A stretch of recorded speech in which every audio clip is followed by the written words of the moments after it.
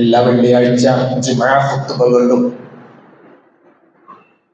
മറ്റ് ഏത് സന്ദർഭങ്ങളിലും ജുമുഅ ഖുത്ബകളിൽ മാത്രമല്ല, ഏതൊരു സദസ്സിൽ, ഏതൊരു സംഭാഷണത്തിലും, ഏതൊരു വാക്കുകൾ പറയുമ്പോഴും അള്ളാഹുവിന്റെ പ്രവാചകൻ തഖ്വ കൊണ്ട് വസിയത്ത് ചെയ്യാറുണ്ട്. പലപ്പോഴും യാ അയ്യുഹല്ലദീന ആമനൂ തഖുല്ലാഹ ഹഖ്ക തുഖാതി വലാ തമൂതുന്ന ഇല്ലാ വഅൻതും മുസ്ലിമൂൻ യാ അയ്യുഹന്നാസു തഖൂ റബ്ബക്കും വല്ലദീ ഖലഖക്കും മിൻ നഫ്സിൻ വാഹിദ വഖലഖ മിൻഹാ സൗജഹാ വബസ്സ മിൻഹുമാ റിജാലൻ കസീറൻ വനിസ്സാ വത്തഖുല്ലാഹ അല്ലദീ തസഅലൂന ബിഹി വൽ അർഹാം ഇന്നല്ലാഹ കാന അലൈക്കും റഖീബാ യാ അയ്യുഹല്ലദീന ആമനൂ തഖുല്ലാഹ വഖൂലൂ ഖൗലൻ സദീദാ യുസ്ലിഹ് ലക്കും അഅമാലക്കും വയഗ്ഫിർ ലക്കും ദുനൂബക്കും വമൻ യുതിഇല്ലാഹ വറസൂലഹു ഫഖദ് ഫാസ ഫൗസൻ അദീമാ. ഇത് തഖ്വയെ പറ്റി അഥവാ തഖ്വയോടുകൂടി ജീവിക്കണം എന്ന് പറയുന്ന ഖുർആനിക സൂക്തങ്ങളാണ്. ഇത് എല്ലാ ജുമുഅ ഖുത്ബകളിലും പറയുന്നുണ്ട്. വിവാഹം സദസ്സിൽ വിവാഹത്തോടനുബന്ധിച്ച് ഒരു സംസാരം നടക്കുമ്പോൾ അപ്പോഴത് പറയുന്നുണ്ട്. എപ്പോഴെല്ലാം സഹാബിമാർ ഒരുമിച്ച് കൂടുമ്പോൾ അവിടെയെല്ലാം പ്രവാചകൻ സംസാരിക്കുമ്പോൾ ഈ ആയത്തുകൾ എപ്പോഴും പാരായണം ചെയ്യും. അതിനർത്ഥം തഖ്വയോടുകൂടി നിങ്ങൾ ജീവിക്കണമെന്നാണ്. എന്താണ് പദത്തിന്റെ അർത്ഥം? പ്രത്യേകിച്ചും നമ്മൾ തഖ്വ കൊണ്ട് വസിയത്ത് ഖുത്ബയിൽ അറബിയിൽ നിർബന്ധമായി പറയേണ്ട ഒന്നാണ് തഖ്വ കൊണ്ടുള്ള വസിയത്ത്. ഖുത്ബയിൽ ഉണ്ടാകേണ്ട ഷർത്താണ് ആ ഖുത്ബയില് തഖ്വ കൊണ്ട് ജീവിക്കാൻ ജനങ്ങളോട് പറയണം. തഖ്വയോടുകൂടി ജീവിക്കണം കേട്ടോ എന്നത് എല്ലാ ഖുത്ബയിലും പറയണം. ഇപ്പോൾ ഞാൻ ഖുത്ബ തുടങ്ങിയപ്പോൾ തന്നെ എപ്പോഴും പറയാറുണ്ട്, ജീവിതത്തിന്റെ സമസ്ത മണ്ഡലങ്ങളിലും, ജീവിതത്തിന്റെ സമസ്ത മേഖല, അങ്ങനെ എല്ലാ മേഖലകളും സമസ്ത മേഖലകളിലും തഖ്വ ഉൾക്കൊണ്ട് ജീവിക്കണം. ആ പദത്തിന്റെ അർത്ഥം എന്താണ്? പ്രിയമുള്ളവരെ, ഇപ്പൊ നിങ്ങൾ പലരും കടയിൽ നിന്നും, ടെക്സ്റ്റൈൽസിൽ നിന്ന്, ജ്വല്ലറികളിൽ നിന്നും, പലചരക്ക് കടകളിൽ നിന്നും, എല്ലാ ഷോപ്പുകളിൽ നിന്നും കടന്നിപ്പോ ഖുത്ബ കേൾക്കാൻ വന്നിരിക്കുന്നവരുണ്ട്. അല്ലെങ്കിൽ ഒരുവഴി പോലീസുകാരുണ്ട്, ഹോസ്പിറ്റലിലെ ഡോക്ടർമാരുണ്ട്, അല്ലെങ്കിൽ ഇവിടുത്തെ സർക്കാർ മുനിസിപ്പാലിറ്റിയിലെ ജീവനക്കാരുണ്ടാകാം, മുനിസിപ്പൽ കൗൺസിൽ മെമ്പർമാരുണ്ടാകാം, അല്ലെങ്കിൽ അവിടെ ഇങ്ങോട്ട് PWD ഓഫീസ്, രജിസ്ട്രേഷൻ ഓഫീസ്, അല്ലെങ്കിൽ സിവിൽ സർവീസുമായി ബന്ധപ്പെട്ട ധാരാളം ഓഫീസുകൾ, താലൂക്ക് ഓഫീസ്, ഇങ്ങനെ ഒരുപാട് ഓഫീസുകൾ, മോട്ടോർ വെഹിക്കിൾ ഓഫീസ്, അങ്ങനെ ഒരുപാട് ഓഫീസുകൾ, ജീവനക്കാരെല്ലാം വന്ന ഒരു സമൂഹമാണ് വന്നിരിക്കുന്നത്. ഒരുപക്ഷെ തൊഴിലാളി യൂണിയനിൽപ്പെട്ട ആളുകൾ വരെ ഉണ്ടാകാം. ജീവിതത്തിൽ ഈ തഖ്വ എന്ന് പറയുന്നത് അത് പള്ളിക്കും മദ്രസയ്ക്കുള്ളിൽ ബാധകമായ കാര്യമാണ് എന്നാണ് നമ്മൾ വിചാരിച്ചിട്ടുള്ളത്. തഖ്വ എന്ന് പറയുന്നത് അങ്ങനെയല്ല. തഖ്വ എന്ന് പറയുന്നത് സത്യത്തിൽ ഒരു ഗ്ലാസ് വെള്ളത്തിലേക്ക് ഒരു മധുരം, പഞ്ചസാര ഇട്ടാൽ വെള്ളത്തിന് മുഴുവൻ ഒരു മധുരം ഉണ്ടാകും. ജീവിതത്തിൽ തഖ്വ എന്നൊരു മധുരം, അത് ജീവിതത്തിലേക്ക് അത് സ്വീകരിച്ചാൽ ആ ജീവിതത്തിന്റെ എല്ലാ ഇടങ്ങളിലും ആ മധുരം ഉണ്ടാകണം. ഒരു മധുരമാണ്, പഞ്ചസാരയാണ് നിങ്ങളുടെ ഗ്ലാസ്സിൽ വെള്ളത്തിൽ ഒഴിച്ചതെങ്കിൽ ആ പഞ്ചസാര വീണാൽ അതിന് മുഴുവൻ മധുരം ഉണ്ടാകും. ഉപ്പരസം വീണാലോ ആ വെള്ളം മുഴുവൻ ഒരു ഉപ്പുരസമുള്ള വെള്ളതായി. അല്പം ഫുരിഡാൻ അതിലേക്ക് ചേർത്താലോ ആ വെള്ളം വിഷമായി മാറി. വെള്ളം മുഴുവൻ വിഷമായി മാറുന്നത് ഫുരിഡാൻ ചേർക്കുമ്പോഴാണ്. വെള്ളത്തിന് ഉപ്പുരസം കിട്ടുന്നത് അതിൽ ഉപ്പ് ചേർക്കുമ്പോഴാണ്. വെള്ളത്തിൽ പഞ്ചസാര ചേർക്കുമ്പോൾ വെള്ളത്തിന് മധുരമാകും. പ്രിയമുള്ളവരെ, തഖ്വ എന്ന് പറയുന്നത് ഈ പഞ്ചസാരയെ പോലെയാണ്. അഥവാ തഖ്വയുള്ള ഒരു ജീവിതം എന്ന ജീവിതത്തിൽ എല്ലായിടങ്ങളിലും ആ തഖ്വയുടെ ഗുണങ്ങൾ, മൂല്യങ്ങൾ അതുണ്ടാകണം. തഖ്വ എന്നതിന് അർത്ഥം അള്ളാഹു പറയുന്ന കാര്യങ്ങളൊക്കെ നിങ്ങൾക്ക് ഇംതിസാലു അവാമിരില്ല. അള്ളാഹു പറയുന്ന കാര്യങ്ങളെല്ലാം ജീവിതത്തിൽ നടപ്പിലാക്കണം. വജ്തിനാബു നവാഹിഹി, അള്ളാഹു നിരോധിച്ച കാര്യങ്ങൾ, വിരോധിച്ച കാര്യങ്ങൾ ഒഴിവാക്കണം. അപ്പൊ അള്ളാഹു പറഞ്ഞ കാര്യങ്ങൾ ജീവിതത്തിൽ നടപ്പിലാക്കുകയും അള്ളാഹു നിരോധിച്ച കാര്യങ്ങൾ ജീവിതത്തിൽ മാറ്റി നിർത്തുകയും ചെയ്യുന്ന ഒരു വലിയ പ്രക്രിയയുടെ പേരാണ് തഖ്വ എന്ന് പറയുന്നത്. അത് യഥാർത്ഥത്തിൽ ജീവിതത്തിന്റെ നിങ്ങളുടെ ആരാധനകളിൽ, നിങ്ങളുടെ അനുഷ്ഠാനങ്ങളിൽ അതെല്ലാവർക്കും സമ്മതമാണ്. പക്ഷെ നമ്മൾ പറഞ്ഞ അതിനപ്പുറം നിങ്ങളുടെ സാമ്പത്തിക ജീവിതത്തിൽ, നിങ്ങളുടെ രാഷ്ട്രീയ ജീവിതത്തിൽ, നിങ്ങളുടെ ഉദ്യോഗ ഭരണ ജീവിതത്തിൽ, നിങ്ങളുടെ കുടുംബ ജീവിതത്തിൽ, നിങ്ങളുടെ സാംസ്കാരിക ജീവിതത്തിൽ എല്ലായിടങ്ങളിലും തഖ്വയോടുകൂടിയായിരിക്കണം ജീവിക്കേണ്ടത്. തഖ്വ എന്നത് പള്ളിക്കുള്ളിൽ മദ്രസയ്ക്കുള്ളിൽ മാത്രം വേണ്ട ഒരു കാര്യമല്ല. നിങ്ങളിപ്പോ പഞ്ചായത്ത് ഇലക്ഷൻ നടക്കുകയാണ്, മുനിസിപ്പൽ നഗരസഭ ഇലക്ഷനൊക്കെ നടക്കുകയാണ്. ഈ ഒരു സന്ദർഭത്തിൽ ഈ രാഷ്ട്രീയ ജീവിതത്തിന് തഖ്വ വേണോ എന്നൊരു ചോദ്യം. നമ്മുടെ രാഷ്ട്രീയമാണ്, അതുമായി ബന്ധപ്പെട്ട പോസ്റ്ററുകള്, നോട്ടീസുകള്, ഒരുപാട് പ്രചരണങ്ങള്, ഒരുപാട് അതുമായി ബന്ധപ്പെട്ട സ്കോഡ് വർക്കുകള്, അതുമായി ബന്ധപ്പെട്ട പ്രചരണങ്ങൾ, പ്രോപ്പഗണ്ടകൾ, ആരോപണ പ്രത്യാരോപണങ്ങൾ, അതിനുവേണ്ടി നടക്കുന്ന വലിയ കോളിടക്കങ്ങൾ, പ്രത്യേകിച്ച് മുസ്ലിം പ്രദേശങ്ങളിൽ ഏറ്റവും ശക്തം. കഴിഞ്ഞ ഖുത്ബയിൽ ഞാൻ പറഞ്ഞല്ലോ, ഒരു മുസ്ലിം പ്രദേശത്ത് ഒരു വല്ലാരെങ്കിലും പഞ്ചായത്തിൽ ഉള്ള ഒരു ആവേശം ബഹളമൊന്നും പോത്താനിക്കാടോ പൈങ്ങോട്ടൊന്നും ഉണ്ടാവില്ല. നെല്ലിക്കുഴിയിലുള്ള ഒരു ആവേശം അത് ഏതെങ്കിലും അർത്ഥത്തിൽ അപ്പുറത്തുള്ള അശമന്നൂർ പഞ്ചായത്തിലോ അല്ലെങ്കിൽ അപ്പുറത്തുള്ള വേങ്ങൂർ പഞ്ചായത്തിലോ കാണുകയില്ല. അല്ലെങ്കിൽ ഇപ്പുറത്തുള്ള ഏട്ടാമ്പാറ അല്ലെ കുട്ടമ്പുഴ പഞ്ചായത്തിൽ ചെന്നാൽ അവിടെ ഒന്നും. അപ്പൊ മുസ്ലിം പോക്കറ്റുകൾ, മുസ്ലിം സമുദായം ഉള്ളയിടത്താണ് ഇത്തരം മേഖലകളിൽ ആരോപണ പ്രത്യാരോപണങ്ങൾ, അതുമായി ബന്ധപ്പെട്ട വഴക്കുകൾ, വക്കാണങ്ങൾ, അതിനോടനുബന്ധിച്ച് നടക്കുന്ന കാര്യങ്ങളൊക്കെ നടക്കുന്നത്. ഇത് കക്ഷികളാകുന്നത് ആരാണ്? നമ്മുടെ സമുദായത്തിൽപ്പെട്ട മുസ്ലിം സമുദായത്തിൽ. ഇപ്പൊ സോഷ്യൽ മീഡിയയിലൊക്കെ നോക്കി നിങ്ങൾക്ക് കാണാൻ കഴിയും, മുസ്ലിം സമുദായത്തിനുള്ളിലുള്ള സംഘടനകളും അതിലെ പണ്ഡിതന്മാരെന്ന് പറയുന്നവരൊക്കെ അങ്ങോട്ടും ഇങ്ങോട്ടൊക്കെ ഭയങ്കരമായ വാഗ്വാദ പ്രതിവാദങ്ങൾ, തീവ്രവാദ ഭീകരവാദ ചാപ്പകളുമായിട്ട് അങ്ങോട്ടും ഇങ്ങോട്ടൊക്കെ കിടന്നിട്ട് യഥാർത്ഥത്തിൽ അഭിരമിക്കുന്ന കാഴ്ച നിങ്ങൾക്ക് കാണാൻ കഴിയും. ഞാൻ പറയുന്നത്, ഞാൻ ചർച്ചയെല്ലാം വിട്ടു. ചർച്ചകൾക്ക് നമുക്ക് പറയാനുള്ള ചർച്ച എന്ന് പറഞ്ഞാല് വിശ്വാസികളുടെ തഖ്വ അത് യഥാർത്ഥത്തിൽ ഈ രാഷ്ട്രീയ ഭരണ അധികാര ജീവിത മേഖലകളിൽ ഉണ്ടാകണം. നമ്മൾ ഒറ്റ വാക്കിൽ പറഞ്ഞ ഒറ്റ വാക്കിൽ പറഞ്ഞ ഒരു പക്ഷെ നമ്മൾ ഇത് വിജയിച്ചു കഴിയുമ്പോൾ, പഞ്ചായത്തിലോ അവിടെ അങ്ങോട്ട് മേലോട്ടൊക്കെ വിജയിച്ച് നിയമസഭ ഉൾപ്പെടെ വിജയിച്ചു കഴിയുമ്പോൾ ഈ മുസ്ലിം നാമധാരികൾ, ഈ മുസ്ലിം പേരുള്ള ആളുകൾ എല്ലാവരും അവിടെ നിന്ന് സത്യപ്രതിജ്ഞ ചെയ്യും. പലപ്പോഴും ഞാൻ അള്ളാഹു, അങ്ങനെ തന്നെ പറയാം, ഞാൻ അള്ളാഹുവിന്റെ നാമത്തിൽ ഞാനിതൊരു പഞ്ചായത്ത് മെമ്പർ ആവുകയാണ്, ഞാൻ നഗരസഭയുടെ മെമ്പർ, മുനിസിപ്പാലിറ്റി കോർപ്പറേഷന്റെ മെമ്പറായിട്ട്, പ്രസിഡന്റായിട്ട്, സ്റ്റാൻഡിംഗ് കമ്മിറ്റി സെക്രട്ടറി ആയിട്ട്, വികസനകാര്യ സെക്രട്ടറി ആയിട്ട് ഞാനിത് അള്ളാഹുവിന്റെ നാമത്തിൽ എന്ന് പറഞ്ഞിട്ടാണ് നമ്മുടെയൊക്കെ പഞ്ചായത്ത് മെമ്പർ മുതൽ നിയമസഭയിൽ എത്തുന്ന, പാർലമെന്റിൽ എത്തുന്ന ആളുകൾ വരെ സത്യപ്രതിജ്ഞ ചെയ്യുമ്പോൾ അള്ളാഹുവിന്റെ പേര്. എന്താ പദത്തിനർത്ഥം? എന്താണ് അള്ളാഹുവിന്റെ നാമത്തിൽ ഞാൻ ഇതാ ഏറ്റെടുത്തിരിക്കുന്നു എന്ന പദത്തിനർത്ഥം? യഥാർത്ഥത്തിൽ അള്ളാഹുവിന്റെ ഒരു നാമം ഒരു ചടങ്ങ് പോലെ അല്ലത്. അള്ളാഹുവിന്റെയും പ്രവാചകന്റെയും നിർദ്ദേശങ്ങളും കൽപ്പനകളും അനുസരിച്ച് ഒരു വിശ്വാസിക്ക് ജീവിക്കാൻ കഴിയും. മഹാനായ പ്രവാചകൻ മുഹമ്മദ് മുസ്തഫ സല്ലല്ലാഹു അലൈഹി വസല്ലമയുടെ ഒരു വചനം, ഇത്തഖില്ല ഹൈസുമാ കുന്ത, ഇത്തഖില്ല ഹൈസുമാ കുന്ത വഅത്ബിഇ സയ്യിഅൽ ഹസന തംഹുഹ വഖാലിഖിൻ നാസ ബിഖുലുഖിൻ ഹസൻ. ഇത്തഖില്ല, നീ അല്ലാഹുവിനെ സൂക്ഷിക്കണം. ഹൈസുമാ കുന്ത, നീ എവിടെയാണെങ്കിലും, നീ ജീവിതത്തിൽ എവിടെ, പള്ളിയിൽ ഇമാമാണെങ്കിലും, നീ പോലീസ് ഓഫീസർ ആണെങ്കിലും, നീ PWD എഞ്ചിനീയർ ആണെങ്കിലും, നീ ഡോക്ടർ ആണെങ്കിലും, നേഴ്സ് ആണെങ്കിലും, നീ കച്ചവടം, നീ ബിസിനസ് സ്വർണ്ണ കച്ചവടം ചെയ്യുന്നവർ, എന്ത് ചെയ്ത് എവിടെയാണെങ്കിലും, നീ ആരാണെങ്കിലും തഖ്വ, ഇത്തഖില്ല, നീ അള്ളാഹുവിന്റെ കൽപ്പനകളെ പാലിച്ചുകൊണ്ട് ജീവിക്കണം. അള്ളാഹു നിരോധിച്ച കാര്യങ്ങൾ ഉപേക്ഷിക്കണം.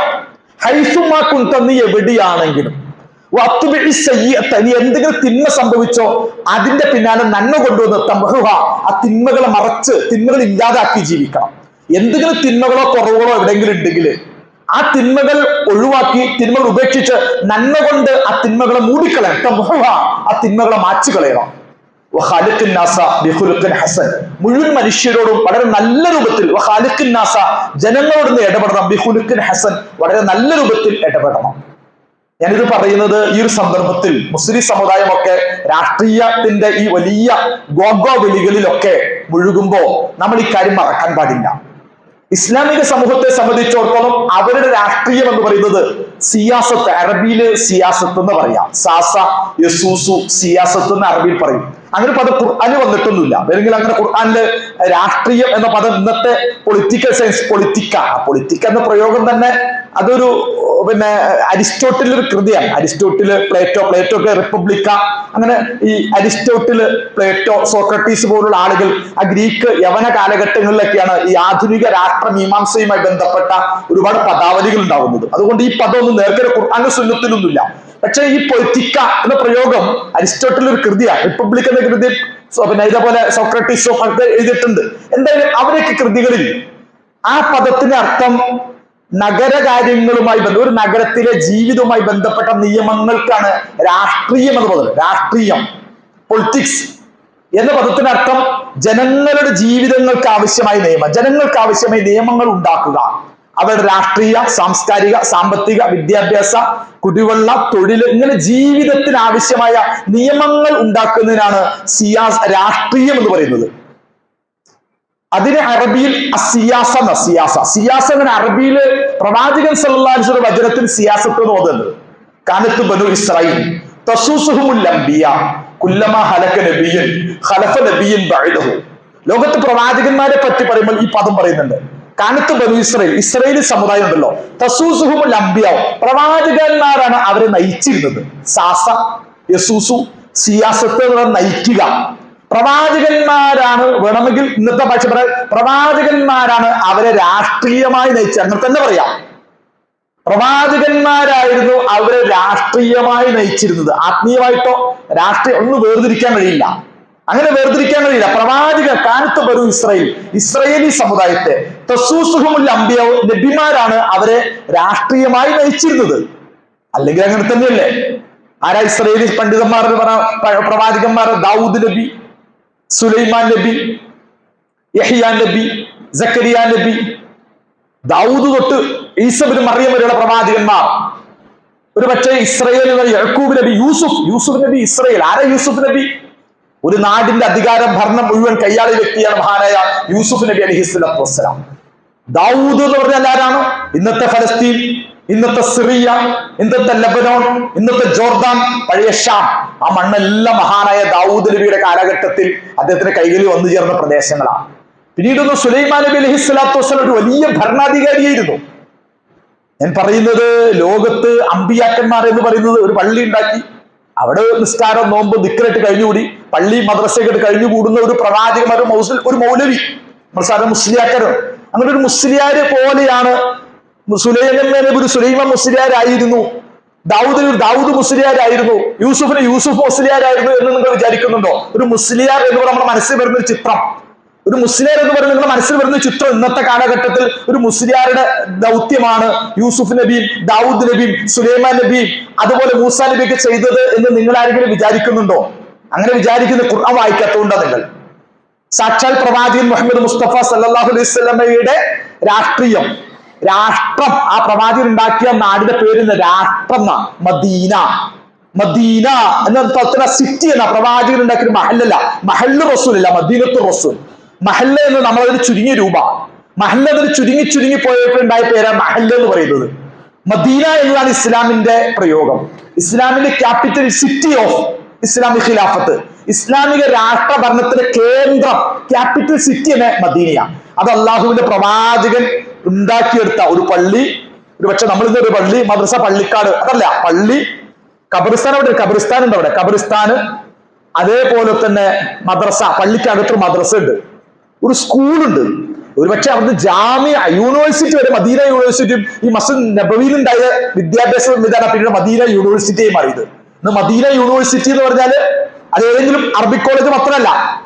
ആ യൂണിവേഴ്സിറ്റി ലോകത്ത് അറിയപ്പെട്ട മിക്കവാറും യൂണിവേഴ്സിറ്റികളൊക്കെ, ജാമിയ തൂനുസ്, ജാമിയ കൈറുവാനിയ, ഇങ്ങനെ വലിയ വലിയ ജാമിഅകൾ, യൂണിവേഴ്സിറ്റികളൊക്കെ പള്ളി, ശരിക്കും ജമാഅത്ത്, മസ്ജിദുൽ ജാമിഅ, ജുമാ മസ്ജിദ് എന്നൊക്കെ ആ പദത്തിൽ നിന്നാണ് യൂണിവേഴ്സിറ്റി എന്ന പ്രയോഗം വരെ ഉണ്ടായിട്ടുള്ളത്.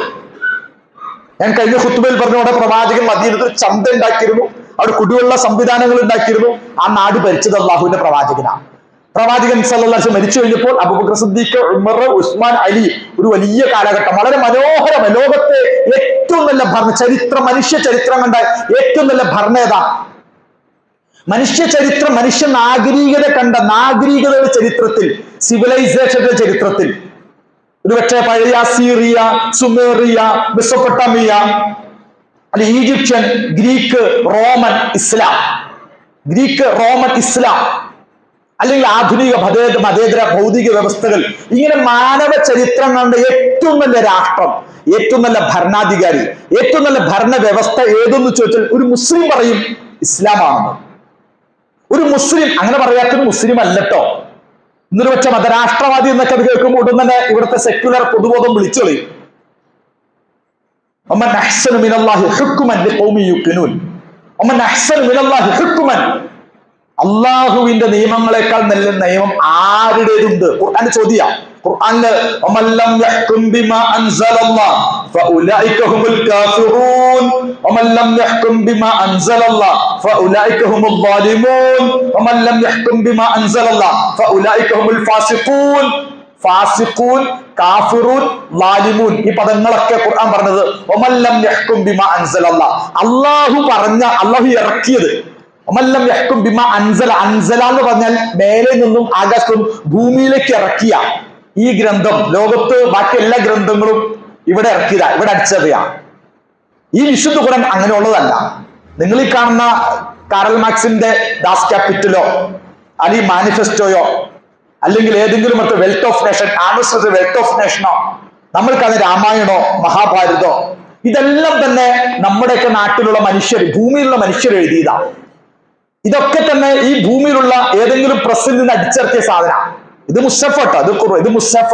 പക്ഷെ ഈ മുസ്തഫിന്റെ കണ്ടന്റെ ഖുർആൻ ഇത് മേലെ നിന്ന് ഇറങ്ങിയതാ. അൻസല വമല്ലം യഹ്കും ബിമാ അൻസല, മനുഷ്യൻ ഭൂമിയിൽ അവന്റെ ജീവിതവുമായി ബന്ധപ്പെട്ട ധാർമ്മിക പാഠങ്ങൾക്ക് യഥാർത്ഥത്തിൽ ആകാശത്ത് നിറങ്ങിയ ഗ്രന്ഥം, അതിന്റെ അടിത്തറയിൽ ഖുർആൻ അല്ലെങ്കിൽ പ്രവാചകൻ സല്ലല്ലാഹു അലൈഹി വസല്ലം പഠിപ്പിച്ച അധ്യാപന അടിസ്ഥാനത്തിൽ ആയിരിക്കണം ഈ ലോകത്ത് മനുഷ്യന്റെ ജീവിതത്തിന്റെ അടിസ്ഥാന നിയമങ്ങൾ ഉണ്ടാക്കുന്നത്. അതിനെ നിഷേധിച്ചവൻ കാഫിറാണ്, അവരെ നിഷേധിച്ചവർ ഫാസിഖാണ്, അതിനെ നിഷേധിച്ചവർ ലാലിമാണ്. ഖുർആനിലെ ആയത്തുകളാണ്. വിശുദ്ധ ഖുർആന്റെ തന്നെ നമ്മൾ സൂറത്തുൽ മുൽക്ക് ഓതാൻ പറയും. എപ്പോഴും സൂറത്തുൽ മുൽക്ക്, എല്ലാ ദിവസവും സൂറത്തുൽ മുൽക്ക് ഓതണം. എന്താ ഈ സൂറത്തുൽ മുൽക്കിലൊക്കെ പറയുന്നത്? എല്ലാവരും ഇങ്ങനെ ഇതോത് അങ്ങനെ ഓതും ചെയ്യും. പക്ഷെ എന്താ ഓതനെന്നൊന്നും ആർക്കും അറിയാൻ പാടില്ല. ഈ ഓതുന്നതിനൊക്കെ മഹത്വം കൂടി ഉള്ളത് കൊണ്ട് ആ സൂറത്ത് ഇത്രയേറെ മഹത്വം ഉള്ളതായി മാറിയത്. ആയത്തുൽ കുർസി ഓതാൻ പറയുന്നു. ആയത്തുൽ കുർസി ശരിക്കും ഇസ്ലാമിന്റെ രാഷ്ട്രീയ അധ്യാപനങ്ങളുടെ ഏറ്റവും വലിയ അടിസ്ഥാനമാണ് ആയത്തുൽ കുർസി. കുർസി എന്ന് പറഞ്ഞാൽ കസേര എന്നാണ്. കസേര, ഈ കസേര നമ്മുടെ നാട്ടിൽ പ്രയോഗം. കസേരയ്ക്ക് വേണ്ടി കടിപിടി, കസേരയാണ് വലുത്. കസേര, ആ കസേരയും ഈ കസേരയും ബന്ധമുണ്ട്. കസേര എന്നുള്ള അധികാരം എന്നർത്ഥം, അധികാരം കിട്ടാൻ, എന്നിട്ട് അധികാരത്തിൽ ഇങ്ങനെ കയറി ഇരിക്കാൻ. അങ്ങനെ ഏതോർത്തിലും പഞ്ചായത്ത് മുതല് പാർലമെന്റ് വരെയുള്ള കസേരകൾക്ക്, അധികാരങ്ങൾക്ക് വേണ്ടി നടത്തുന്ന വടംവലി എന്ന് നമ്മുടെ നാട്ടിലെ ഇലക്ഷൻ രാഷ്ട്രീയത്തെ പറ്റി പറയും. അല്ല പറയുന്നത് ആയത്തുൽ കുർസി, അല്ലാഹു ലാ ഇലാഹ ഇല്ലാ ഹുവൽ ഹയ്യുൽ ഖയ്യൂം ലാ തഅഖുദുഹു സിനത്തുൻ വലാ നൗം ലഹു മാ ഫിസ് സമാവാതി വമാ ഫിൽ അർദ്. ആ സൂറത്തില് അള്ളാഹു ആരാണെന്ന് 10 സിഫത്തുകൾ, 10 വിശേഷണങ്ങൾ അള്ളാഹുവിന്റെ ആ ഒറ്റ ആയിട്ട് പറയുന്നുണ്ട്. അള്ളാഹു ആരാണ്? ലാ ഇലാഹ, അവനല്ലാതെ ദൈവമില്ല. പടച്ചോൻ, അവനല്ലാതെ വേറെ ആരും ഇല്ല. ഹയ്യ്, അവനെന്നും ജീവിച്ചിരിക്കും. അൽ ഖയ്യൂം, ഈ ലോകത്തെ നിയന്ത്രിക്കുന്ന അവനാണ്. ഈ ലോകത്ത് മനുഷ്യന് ജീവിതം നൽകിയത്, ഈ ജീവൻ നിലനിർത്തുന്നത് അള്ളാഹുവാണ്. ഈ ലോകത്തെ നിയന്ത്രിക്കുന്നവൻ അള്ളാഹുവാണ്. അവൻ ഉറങ്ങൂല മയങ്ങൂല എന്നർത്ഥം കേൾക്കുമ്പോ ബെഡിൽ ഇങ്ങനെ കിടന്ന് ഉറങ്ങുന്നു എന്ന അർത്ഥത്തിലല്ല പറയുന്നത്. അള്ളാഹു എല്ലാം കാണുന്നുണ്ട്, അള്ളാഹു എല്ലാം കേൾക്കുന്നുണ്ട്. അവൻ ഉറങ്ങുന്നില്ല എന്നതിനർത്ഥം നമ്മൾ വിചാരിക്കും ഉറങ്ങുന്നില്ല, ഉറങ്ങി തൂങ്ങുന്നില്ല, കിടക്കുന്നില്ല, ബെഡിൽ കിടക്കുന്നില്ല എന്നല്ല എന്നർത്ഥം. മറിച്ച് പടച്ച റബ്ബ് ഈ ലോകത്തെ കണ്ടുകൊണ്ടിരിക്കുന്നു, ഈ ലോകത്തെ കേട്ടുകൊണ്ടിരിക്കുന്നു, ഈ ലോകത്തെ എല്ലാം അറിയുന്നുണ്ട്, എല്ലാം കേൾക്കുന്നുണ്ട്.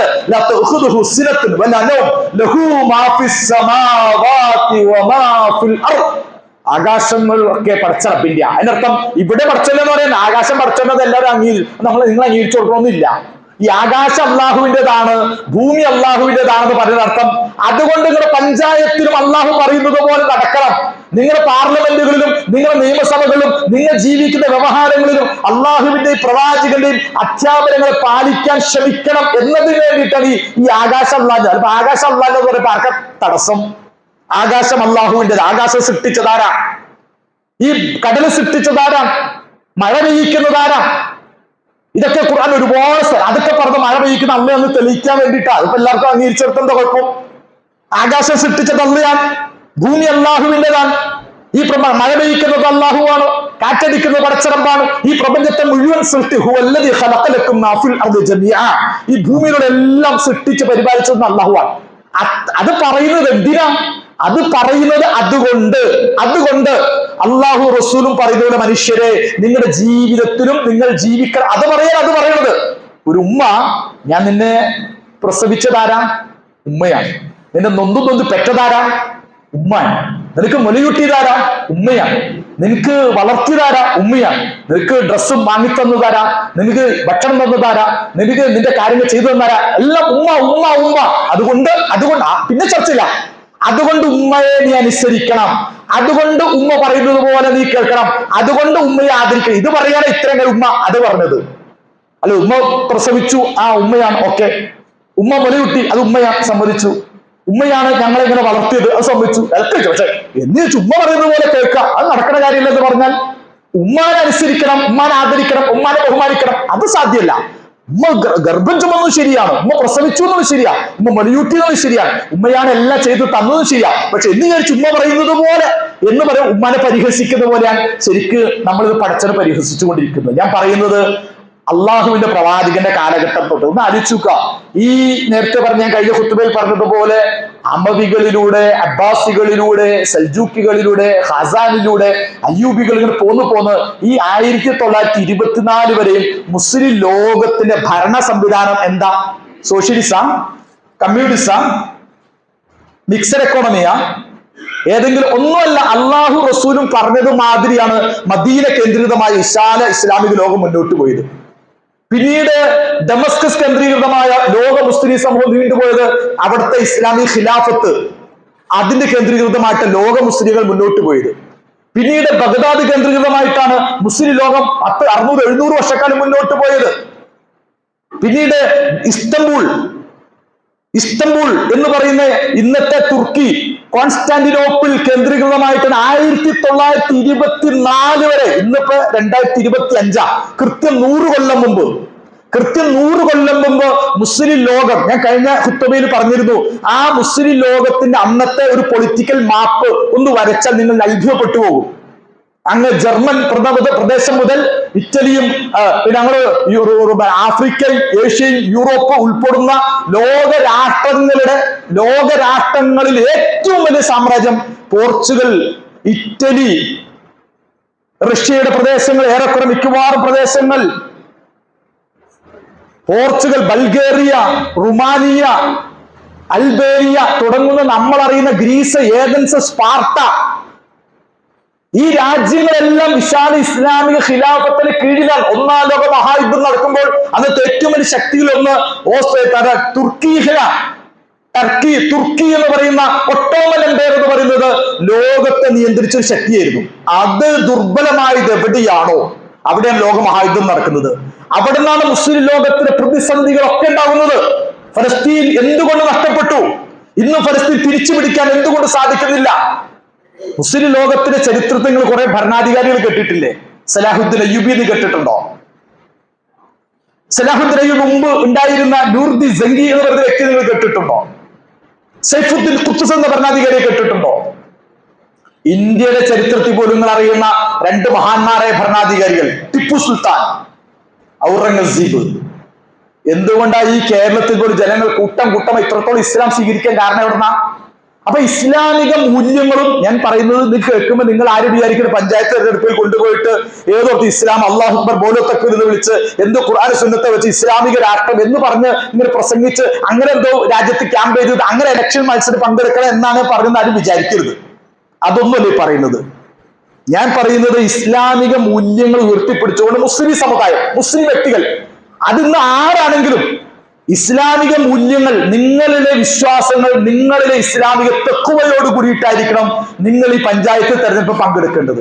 തെക്കുവയുള്ള എന്ന് പറഞ്ഞാൽ അള്ളാഹുവിന്റെയും പ്രവാചകന്റെയും എന്ന് പറയുന്ന അർത്ഥം എന്താ? നിസ്കരിക്കൽ മാത്രമല്ല, അഴിമതി നടത്തൂല, കൈക്കൂലി വാങ്ങൂല, കരിഞ്ചന്തയ്ക്ക് കൂട്ടു നിൽക്കില്ല, ഒരു കള്ളത്തരം ചെയ്യില്ല, അതുവഴി പൈസ ഉണ്ടാക്കാൻ നോക്കൂല, ഏതെങ്കിലും അർത്ഥത്തിൽ പരമാവധി പൈസ ഫണ്ട് അടിച്ചു മാറ്റാൻ ശ്രമിക്കില്ല. അങ്ങനത്തെ സത്യസന്ധനായ രാഷ്ട്രീയക്കാരനായി മാറണം എന്നതിന്റെ അർത്ഥം അതാ പറഞ്ഞതിനർത്ഥം. അല്ല, ഇസ്ലാമിക രാഷ്ട്രീയം കേൾക്കും ബോലോ തക്ബീർ.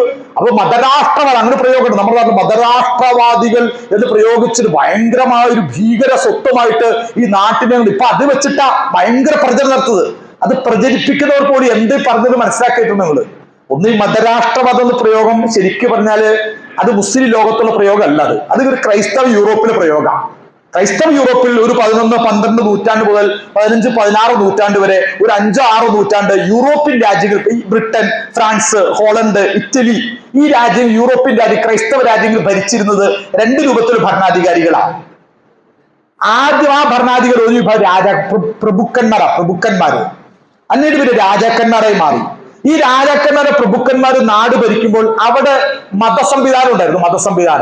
ആ മതസംവിധാനമാണ് ഈ രാജാക്കന്മാർ പറഞ്ഞതിന് മേലെ അവർക്ക് ഏതെങ്കിലും അർത്ഥത്തിൽ കയ്യൊപ്പ് അവരെ പിന്തുണ നൽകിയിരുന്ന രാജാക്കന്മാർ, അത് മതപുരോഹിതന്മാർ. ഈ പുരോഹിതന്മാരുടെ പെർമിഷൻ, ഈ പുരോഹിതന്മാർക്കാണ് പരമാധികാരം. ഈ പുരോഹിതന്മാരായിരുന്നു പാപമോചന കരാറ് വരെ അവർ വിൽക്കുമായിരുന്നു. അവരെ ഇൻക്വിസിഷൻ കോർട്ട് വരെ മതവിചാരണ കോടതി, അഥവാ പുരോഹിതന്മാർ. അപ്പൊ നമ്മൾ സാധാരണ കേട്ടിട്ടുണ്ട് theocratic state. Theocratic state is a state which ruled by clergies and priests deemed as the representatives of God. അതായിരുന്നു ഈ മതരാഷ്ട്രം എന്ന പദത്തിനർത്ഥം. അതായത് പുരോഹിതന്മാര് രാജ്യത്തെ ഭരിക്കും, രാജ്യത്തെ നിയന്ത്രിക്കും.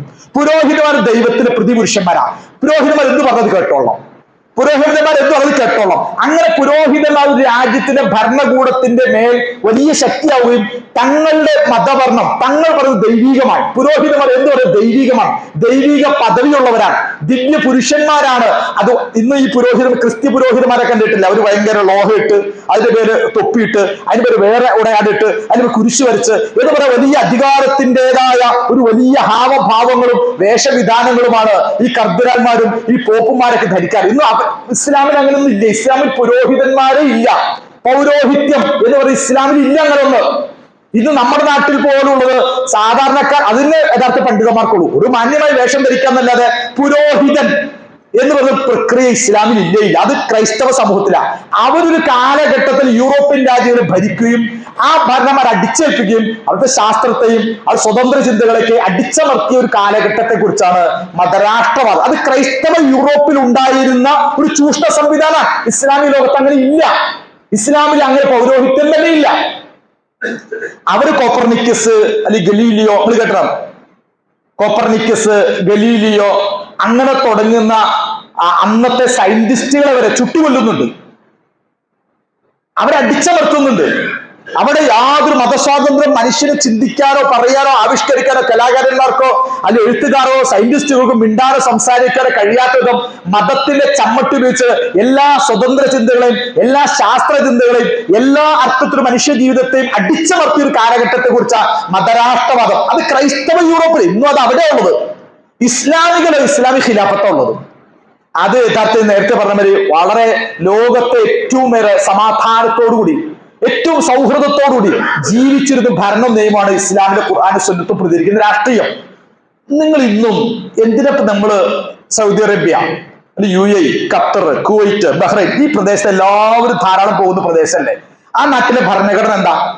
അവിടുത്തെ ഭരണഘടന ഖുർആനും സുന്നത്തും അനുസരിച്ച് അവിടെ ജനാധിപത്യമല്ല, അവിടെ കമ്മ്യൂണിസം അല്ല, അവിടെ സോഷ്യലിസം അല്ല, അത് ഇന്ത്യൻ ഭരണഘടന ഇല്ല എന്ന് വെച്ച് സൗദിയിലോ UAE-ലോ ഖത്തറിലോ കുവൈറ്റിലോ ബഹ്റൈനിലോ ഖുർആന്റെ സുന്നത്തിന്റെ അടിസ്ഥാനം മുന്നോട്ട് പോകുന്നു എന്നതുകൊണ്ട് ആ നാടിന് എന്തെങ്കിലും പ്രശ്നമുണ്ടോ? പ്രശ്നമുണ്ട്. രാജാക്കന്മാരാണ്, ജനങ്ങൾക്ക് സ്വാതന്ത്ര്യമില്ല, അത് എതിർക്കണം. അത് ഇസ്ലാമല്ല, അത് അവരുണ്ടാക്കിയ രാജാധിപത്യം.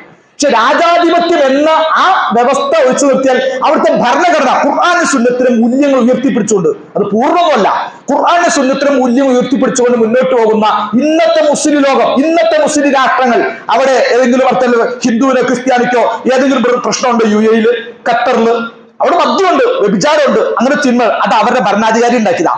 അതുകൂടി ഇല്ലെങ്കിൽ ഇനി ഇസ്ലാമികമായ എന്ത് കുറവ് അവിടെ ഇല്ലാത്ത ഖുർആൻ പറയുന്ന മാതിരി ഇസ്ലാമിക സുന്നത്ത് പറഞ്ഞ മാതിരി മദ്യം അവിടെ ലഭിക്കുന്നു, അതൊരു പ്രശ്നം. വ്യഭിചരിക്കാനുള്ള സ്വാതന്ത്ര്യം ചില മുസ്ലിം നാടുകളിലൊക്കെ അത്തരം ചില ഹോട്ടലുകളൊക്കെ ഉണ്ട്. അതൊഴിച്ചു നിർത്തിയാൽ പിന്നെ എന്താണ് ഇന്നത്തെ നിങ്ങളുടെ കണ്ണുകൊണ്ട് കാണുക, നിങ്ങൾ കാതുകൊണ്ട് കേൾക്കുന്ന ഈ അറബ് മുസ്ലിം നാടുകൾ ഖുർആന്റെ നിയമങ്ങളും സുന്നത്തിന്റെ നിയമങ്ങളും അനുസരിച്ച് ഒരു നാടിന്റെ അധികാര ഭരണ സംവിധാനങ്ങളിൽ, അവിടുത്തെ എയർപോർട്ടുകളിൽ, അവിടുത്തെ റെയിൽവേകളിൽ, അവിടുത്തെ ആരോഗ്യ മേഖലകളിൽ, അവിടുത്തെ വിദ്യാഭ്യാസ മേഖലയിൽ, അവിടുത്തെ സാംസ്കാരിക മേഖലകളിൽ, അവിടുത്തെ മതമേഖലയിൽ വരെ ക്രിസ്ത്യാനികൾക്ക് അവിടെ ചർച്ചുണ്ട്, ഹിന്ദുക്കൾക്ക് ആരാധിക്കാനുള്ള സംവിധാനങ്ങളുണ്ട്. ഹിന്ദുവിനോ ക്രിസ്ത്യാനിക്കോ മതവിശ്വാസങ്ങൾക്കോ യാതൊരു പ്രശ്നങ്ങളും ഈ അറബ് മുസ്ലിം നാടുകളിലില്ല.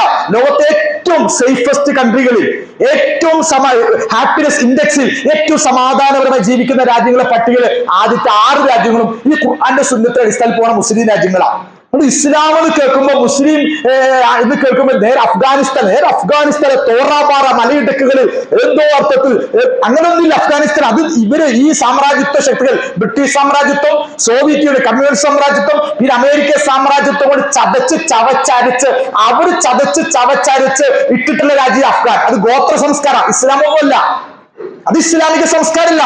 അവിടെ ഇസ്ലാമിക മൂല്യങ്ങൾ തകർത്തുകൊണ്ട് ഗോത്രവംശീയത വളർത്തി അത്തരത്തിൽ പ്രദേശങ്ങളെ തകർത്തതാണ് അവര്. ഞാൻ പറഞ്ഞത് ഖുർആന്റെ സുന്നത്തിന്റെ അടിത്തറ മുന്നോട്ട് പോയ ഇസ്ലാമിക ലോകം ആ മൂല്യങ്ങൾ ഉയർത്തിപ്പിടിച്ചുകൊണ്ട് മുന്നോട്ട് പോകണം. ആ പറഞ്ഞതിനർത്ഥം ഇതാണ് ഇസ്ലാമിന്റെ രാഷ്ട്രീയ മൂല്യങ്ങൾ. മതരാഷ്ട്രവാദം എന്നത് ഒരു ക്രൈസ്തവ കൺസെപ്റ്റാണ്. അത് യൂറോപ്പിന്റെ നിലനിന്നതാണ്. അത് പുരോഹിതന്മാർ രാഷ്ട്രീയ കാര്യങ്ങളെ പുരോഹിതന്മാരുടെ സ്വാർത്ഥ താല്പര്യങ്ങൾക്ക് വേണ്ടി ദുരുപയോഗം ചെയ്തതിന്റെ പേരാണ് മതരാഷ്ട്രവാദം. ഇസ്ലാമിന്റെ ഖിലാഫത്ത് അതല്ല. ആ ഖിലാഫത്ത് ലോകത്ത് ഇന്നത്തെ ഈ അധിനിവേശം പോലും, ഈ കൊളംബസ്, ആധുനിക അധിനിവേശത്തിന്റെ പിതാക്കന്മാരുടെ കൊളംബസ് ഒക്കെ, ശരിക്കും ഗാമയ്ക്ക് ഈ കേപ്പ് ഓഫ് ഗുഡ് ഹോപ്പ് ഒക്കെ വഴി, അല്ലെങ്കിൽ കൊളംബസിന് അമേരിക്കയിലേക്ക് പോകാൻ, അല്ലെങ്കിൽ ഗാമയ്ക്ക് നമ്മുടെ രാജ്യത്തിലേക്ക് വരാൻ എന്തുകൊണ്ട് സാധിച്ചത്? ലോകത്ത് ഇസ്ലാമിന്റെ ഖിലാഫത്ത്, സ്പെയിനിലെ ഇസ്ലാമിക ഖിലാഫത്ത്, അമവി ഖിലാഫത്ത് ലോകത്ത് എന്നാണ് ദുർബലപ്പെട്ടത്, അന്നാണ് സാമ്രാജ്യത്വം ശക്തിപ്പെട്ടത്, അന്നാണ് അധിനിവേശം ശക്തിപ്പെട്ടത്.